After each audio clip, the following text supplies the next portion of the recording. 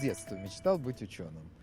Ну и вот эта мечта реализовалась, а уж что получится, судьба, так сказать, выводит человека на такие маршруты часто удивительные. Александр Габибов – частый гость КФУ и столичного научного центра РАН. Говорит, между ним и Казанью есть какая-то химия. С этой наукой он связал всю свою жизнь. А Казань, как известно, колыбель химии России. Его последние разработки в области создания вакцины против ковид стали большим подспорьем для мирового научного сообщества. Я показал, что можно получать терапевтические антитела из вакцинированных пациентов.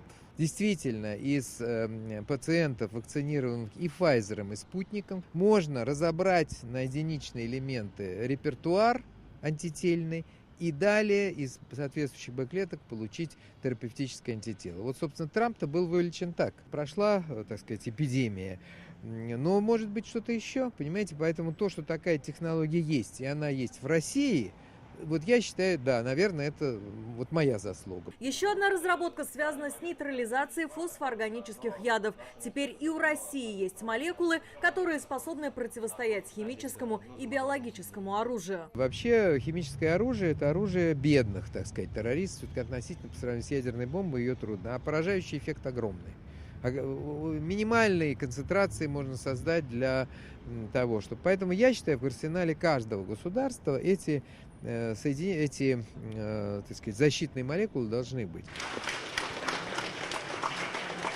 Александр Габибов стал 15-м лауреатом Международной Арбузовской премии. За четверть века ее обладателями становились ученые России, Китая, США, Великобритании, Франции, Польши. Международная Арбузовская премия, как уже говорилось, была учреждена в 1997 году президентом Республики Татарстан. И вот уже более 25 лет является одной из самых престижных и единственной в мире в области химии фосфора. Александр Габибович внес большой вклад в создание каталитических вакцин, способных связывать и разрушать фосфоорганические яды, как сегодня уже об этом сказали. Присуждение ему Арбузовской премии – это признание его выдающегося вклада в развитие химической науки. Надо дорожить своими героями, надо у них учиться, соответственно, и претворять в жизнь то, что сегодня реально Российская Федерация может, как говорится, вынести на решение, которое сегодня реализуется.